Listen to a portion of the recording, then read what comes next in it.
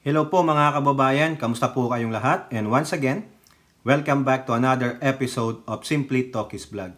Pag-usapan natin mga kababayan, itong isinampang kaso ng CIDG Chief na walang iba kundi si Brigadier General Nicolas Torre III tungkol po sa inciting to sedition laban sa dati ninyong Pangulong Rodrigo Roa Duterte. Dahil nga po dun sa kanyang sinabi sa kanilang proclamation rally, dyan po sa San Juan ba yun? No? Yung Club Pilipino.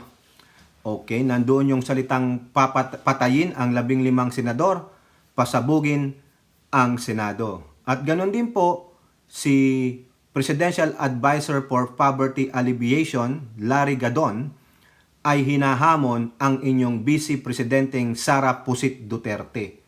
Ano nga po ba yung hamon? Ayan.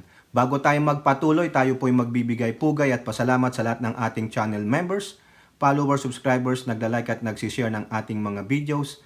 Special shout out to all our OFWs, to the men and women in uniform, sa ating mga frontliners at sa mga guro. At eto nga po, simulan na natin ito. Simula nung sinabi ni Digong yung mga karumal-dumal ng mga pananalita na yan, ito pong mga defense dog niya, yung mga defense, yung line of defense niya, ayun na. Nagkaroon na sila ng damage control na naman tong mga to. Kasi yung walang kwentang dating presidente nila ay nagsalita na naman na hindi pinipilter ang sinasabi.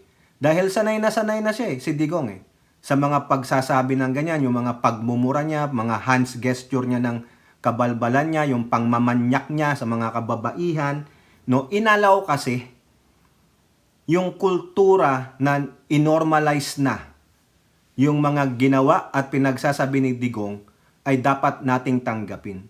Kasi lahat po yun ay normal sa kanya. Yung iba doon ay joke lang sa kanya. Kaya tinanggap na nung mga followers niya at ayun ang gustong ibigay sa atin na lemonade.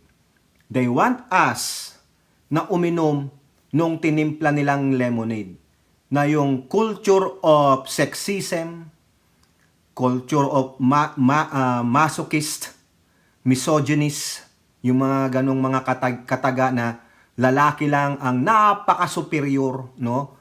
Binabaliwala nila ang mga kababaihan, binabaliwala nila yung mga pagsasalita ng di maganda na hindi dapat madinig ng mga kabataan, hindi normal sa society. Ang gusto nila, ito yung lemonade, inumin ninyo. Ito ang tanggapin ninyo. Kaya nga po nung sinabi ni Digong na patayin na lang natin yung 15 senador para pasok kayo lahat. Pasabugin natin ang Senado para kayo na lang. At the same time, wala nang impeachment trial. Kasi pasok kayo lahat Siyam kayo. Panalo na yung anak ko. Acquitted na yung anak ko. Ganun po mga kababayan. So, hindi lang ito yung pagpatay sa Senado o mga senador, kundi para po ligtas sa impeachment si Sara Pusit Duterte.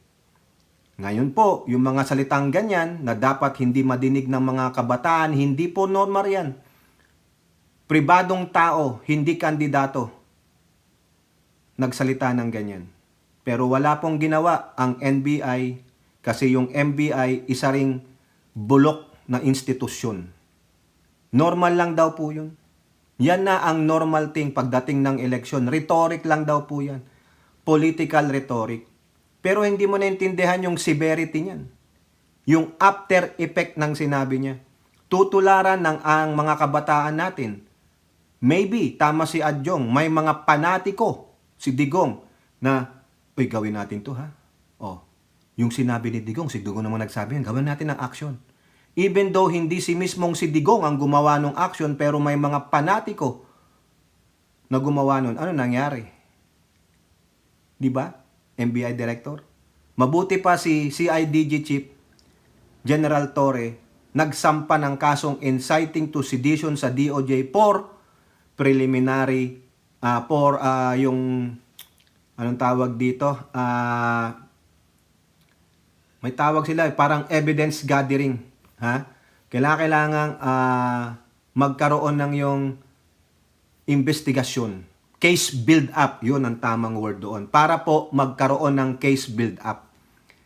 Ngayon, nagngaw-ngaw dyan, si Panelo. Alam niyo naman si Panelo one of the greatest tuta ng mga Duterte.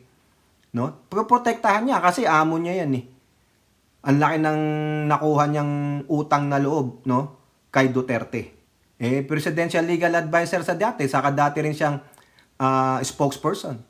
So, dito po sa Manila Bulletin, Panelo, CIDG chief, Tower of Ignorance, for Raps versus XPRRD.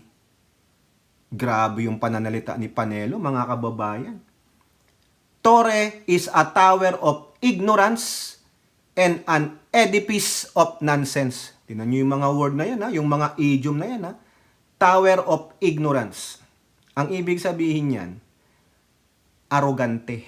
Isa kang arrogante. Bakit? In the biblical times, you said the Tower of Babel, di ba? Yung mga tao noon gumawa ng torre para daw maabot ang langit. What an arrogant move. No? Napakakapal ng mukha mo. Parang ganun po yan. Arrogante ka. Ang yabang mo. Nag-file ka ng inciting to sedition. Actually, iba nga yung sinasabi dito ni Panelo Ang sinasabi niya, grave threat daw. Yung sinampa ni Torre. Inciting to sedition, iba po yun. Ano pa yung mga idiom na sinabi na panlalait ni Panelo? Tower of ignorance, you are so arrogant. Edifice of nonsense, malaki kang hangal. Arroganteng hangal ka, Torre. Yun po yun kung pagduduktongin ninyo. Ha? Yan ang sinasabi nitong si abogado at matalinong Panelo. Ang dami mo pang idiom-idiom Huwag mo na kaming gaguhin sa mga ganyang Panelo. Sabihan mo na ng direktahan. Arroganteng hangal. Kasi nonsense Hangal, walang kwenta. O, di ba? This was how former President spokesperson Salvador Panero described CIDG Chief Nicolas Torre III. No? So, napakalaki mong hangal. Arroganteng hangal ka. No? Sabi pa ni Panelo dito, the grave threats complaint he and his agency had filed against FPRRD is dismissible in the prosecutor's office outright for utter lack of legal basis and for being ludicrous as well. Yun. Automatic daw po yun, mababasura sa prosecutor's office. Case build up pa lang naman Di po ba? Bakit kayo iyak ng iyak? Let the due process takes its course. May nagsampa ng kaso. So therefore, antayin nyo na lang yung maging resulta. Kung nagki-case build up, ipatawag si Digong, di puntahan ninyo. Meaning, you adhere to the due process. Pero anong ginawa nyo? No? Binababoy nyo in public court ang pagkatao ni General Torre because of the word tower of ignorance, edifice of nonsense. Eto pa, mga kababayan. Ang daming pinagsasabi ni Panelo dito ng mga idiom, Ludicrous. Di ba? Ludicrous. Yan. Mga walang kwenta. They don't have anything sensible and productive to do other than doing foolish things. Teka muna. Ibig sabihin, ang mga kapulisan tulad ni General Torre ay walang ibang magawa at hindi sila sensible? Kundi ang gumawa lang ng kagaguhan, sigurado ka? So kagaguhan pala na isang citizen ng Pilipinas ang mag-file ng ganong kaso?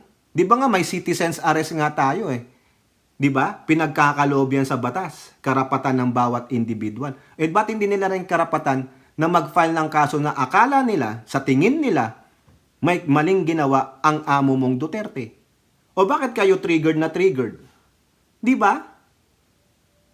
Dumaan naman sa due process. Nagsampa ng kaso, inciting to sedition, bakit sinasabi mong grave threats? Tapos ngayon, aalipustahin mo siya? Di ba? Puro pang aalipusta ginawa nito Bakit hindi mo na lang hayaan yung korte ang magdesisyon? Korte ka ba? Oo, court of public opinion. Sinabi niya pa, they don't have anything sensible and productive to do. Si Digong. Productive ba yung sinabi niya even though it's a joke?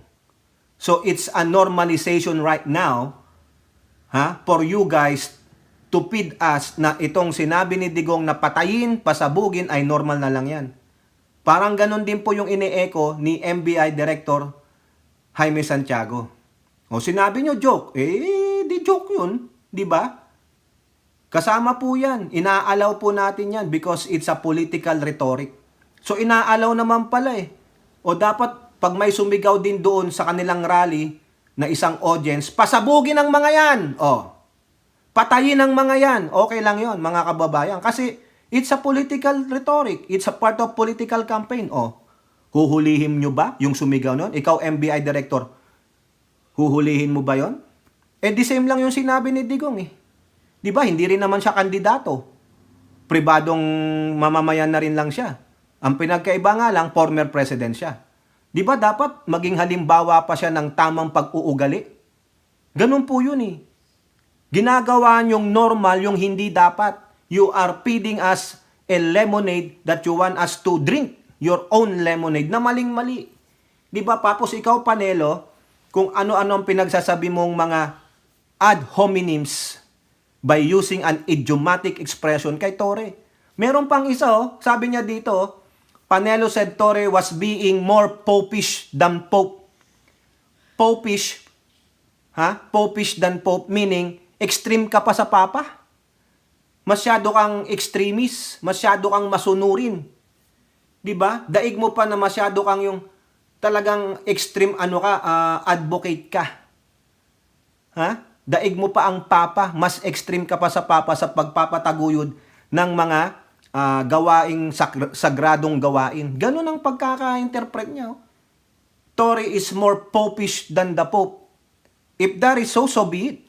Diba? Para lang ipakita sa mamayang Pilipino na hindi acceptable yung ginawa o sinabi ni Digong.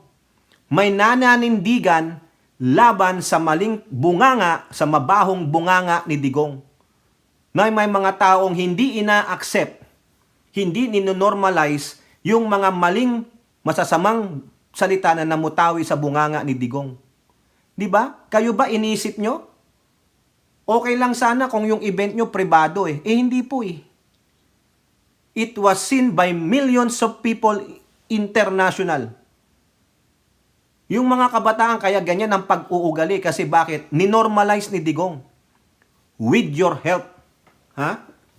Ilang taon nyong pinainom sa amin ng lemonade ninyo na ang mga pinagsasabi nyo ay hindi normal. Di ba? Eto pa. Kinokompara niya si Torre sa mga senador. Yung mga senador natin, walang bayag yan eh.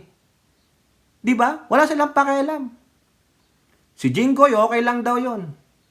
Si Rubilla, okay lang. Pati si Tolentino, okay lang. Hindi naman daw sila natatakot.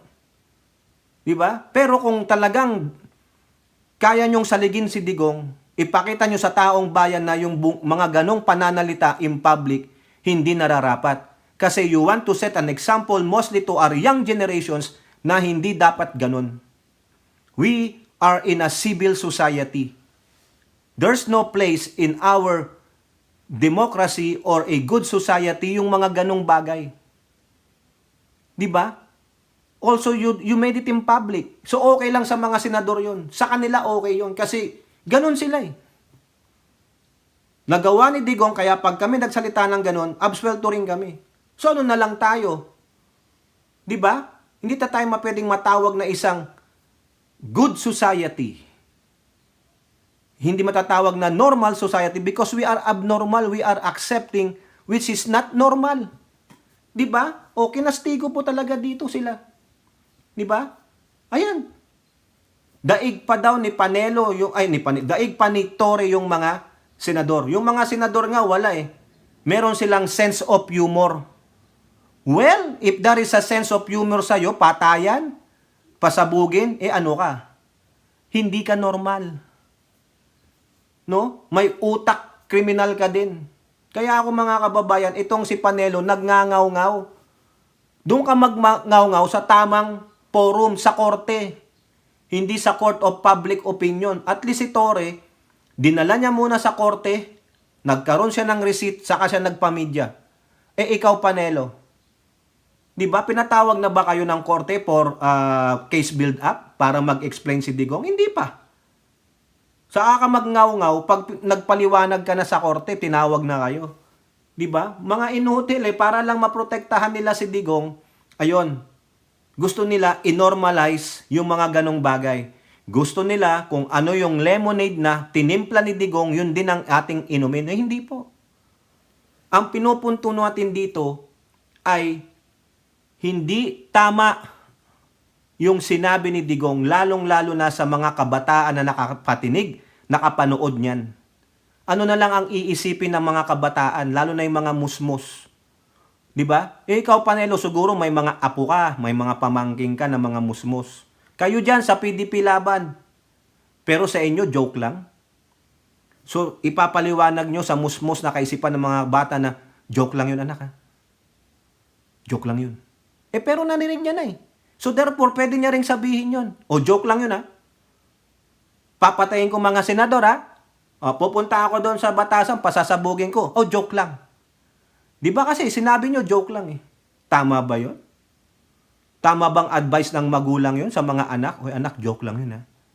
Kung matino kang magulang, ano sasabihin mo sa anak mo? Nak, hindi tama yon. Wag na wag mong sasabihin yan. Maski na sabi nilang joke sa'yo, hindi pa rin tama yan. Mali pa rin yan. Di ba? Yun ang tama eh. Kaya nagpunta si General Torre. Kailangan panagutin si Digong na hindi lahat ng sasabihin niya is a normal one. Patayin, pasabugin, tama ba yung Panelo? Tapos ikaw pa ang may audacity na magsabing tower of ignorance? You are an ignorant. Ang laki mong ignorante. Arrogant ka. Di ba? Grabe, oh. Tapos you have an edifice of nonsense. Oh, wala kang kakwenta-kwenta. Isa kang malaking hangal. Arroganteng hangal, no? Ignoramos ka sa batas, oh. Eh di, at least, maski na ignoramos siya, nakapag-file siya ng kaso. Eh ikaw, di ba? They have nothing to do. Kumbaga, they have a lot of time in their hands, kaya nag-file na lang ng kaso. Ay, at least, nag-file ng kaso. Pinapakita na hindi pwede sa ating society ang ganyang pananalita ni Digong. Hindi dapat kailangan i-accept yung mga ganyang pananalita. Di ba? Tama, mali. Kaya itong mga aso ni Digong, yung mga defenders niya, pare-pareho po sila eh. They will do everything in their power to protect Digong. Kaya namimihasa si Digong. Spoiled brat din mga kababayan, tulad ng mga anak niya. No? Talagang pinoprotektahan nila ang Digong, pinoprotektahan nila ang mga mamatay tao, pinoprotektahan nila ang mga kurakot, mga mandarambong. Ano bang nakukuha nyo? Di ba? O mga birds of the same feather kayo. Tatanong lang, ha? O, di ba, Panelo?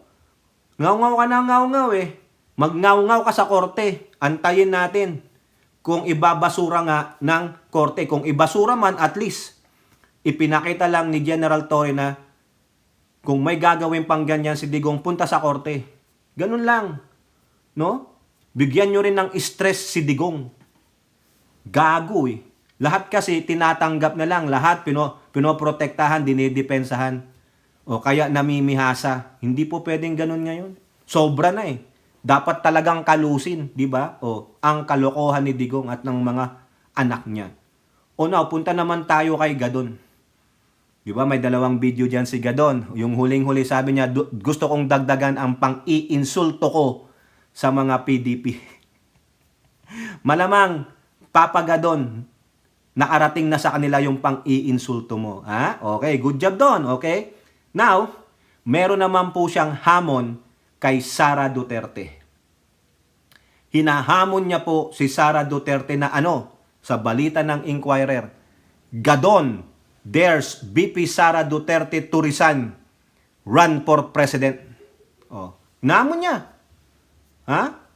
Sabi niya dito, anti-poverty sign, Larry Gadon on Monday called on VP Pusit to resign from her post instead of waiting for the result of her impeachment trial. Quote, I suggest that VP Sara Pusit Duterte resign and not wait for the impeachment trial to proceed. She needs to resign so that she can still run in 2028 for presidential election. O, ayan. Ha? I want her to run because I want to embarrass the Dutertes that they have no longer have the votes. Ayun! Yun ang pinaka main point, mga kababayan. Nakuha nyo? Gusto ni Gadon, mag-resign ka na lang. Pag nag-resign siya, depende na sa Senado kung itutuloy pa yung impeachment trial for the penalty purposes. Kasi yung una is to remove a public official from the office. Wala na eh. Nag-resign na. Anong i-remove? Wala na. Now, if the Senate decided to continue the impeachment trial for the punishment, depende sa kanila. Pero kung itutuloy nila yan, baka pupunta ng Korte Suprema si Pusit.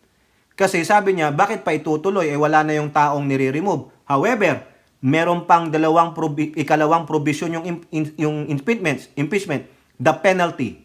And what is that penalty? The penalty of perpetual disqualification. Now, kung sakaling itigil na yan ng Senado, kung ititigil ng Senado, okay, nag-resign na yung tao eh. Okay na yun. Huwag na tayong mag-ubos ng oras para sa penalty. Pwede pong pumunta yung mga prosecutors o yung mga pro-impeachment pailan ng criminal charge si Sara Pusit, lalong-lalo na sa graft and corruption, to meet the penalty of perpetual disqualification. Pag hindi nila ginawa yan, libre pong tumakbo sa 2028 si Sara for any government office o public office. Malay nyo, di ba sabi niya, she is leaning to run for president in 2028. O sinabi ni Gadon, sige mag-resign ka. Takbo ka. Parang sinasabi rin ni Gadon, wag nyo nang i-ban. Wag nyo nang i-perpetual disqualification. Hayaan natin siyang tumakbo sa 2028 at makita natin, ipahiya natin ang mga Duterte kung talagang meron pa silang power, may boto pa sila. Yun ang gustong mangyari ni Gadon. Yun ang yung napakalaking hamon ni Gadon. Parang ayan yung sinasabi ni Gadon na I'm all in sa poker game. Di ba? I'm all in. Gamble. Patakbuhin nyo. Tignan natin kung may boto sila makukuha. Yung 32 million, baka dadami pa. Tignan natin, mga kababayan. Nandun na ako kay Gadon. Sige, para pair. Para walang masabi yung mga DD shit. Itong mga nakatira sa apartment B. No? Yung ang pugad ng mga tanga at bobo. Para sabi nila, hindi nyo pinatakbo eh. Perpetual disqualification, natatakot kayo eh. O para walang mga ganong usapan. Mag-resign siya. Di ba? Patakbuhin natin. Wala nang perpetual disqualification. Tignan natin mga kababayan kung meron pa siyang 32 million or more. Baka yung boto na nga lang niya, dun sa huling-huling video ni Larry Gadon, baka 3 million na lang kayo. Di ba? Yun ang hamon. Kayo, kapalagay ninyo. They just keep claiming that they're number one and so on. But actually, no. Duterte has no votes. Their votes are not enough to send a president to Malacanang. Kasi sinasabi ninyo eh. Hindi Marcos ang nagpanalo sa Duterte, kundi baliktad. Duterte ang nagpanalo sa Marcos because Sara has more votes than Marcos. Planado nyo yun eh. Mga gunggong pala kayo eh. Planado nyo yun. Yung iba nyong supporters talagang sinabihan nyo na wag iboto si Bongbong Marcos. Kailangan mas malaki ang boto namin just in case something like that happen. Sabi natin, tingnan mo ang numero mo. Mas malaki ang numero ko. Para ibig sabihin, i-mind conditioning ang mamayang Pilipino na mas malaki ang nakuhang boto ni Sara Pusit kaysa kay Pangulong Bongbong Marcos. Yan ang naratiba nila. O ngayon, subukan natin sa 2028. Yan ang hamon ni Gadon. Kung talagang hindi Marcos ang nagdala kay Duterte, kundi the other way around. Tingnan natin.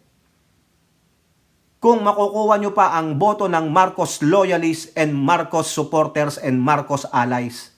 Ang yayabang ninyo eh. Hindi nyo nga mapuno yung maisog rally ninyo. Yung panawagan nyo ng ano sa EDSA, wala eh. Kasahan nyo. Kasahan nyo si Larry Gadon, mga kababayan. Wala nang perpetual disqualification, wala nang impeachment. Mag-resign na lang para makatakbo ka. Di ba? May punto naman si Gadon. Kung ako, sige, tingnan natin. Para lalong mapahiya ang mga Duterte. Wala lang daya na, baring cheating sa eleksyon. O, di ba? O, ganun lang yan. Let the voters decide kung talagang may 32 plus million siya. Okay? O kayo po, ano pong inyong masasabi? Comment down below. And don't forget to like and share. Hope to see you in the next videos. Bye-bye. God bless.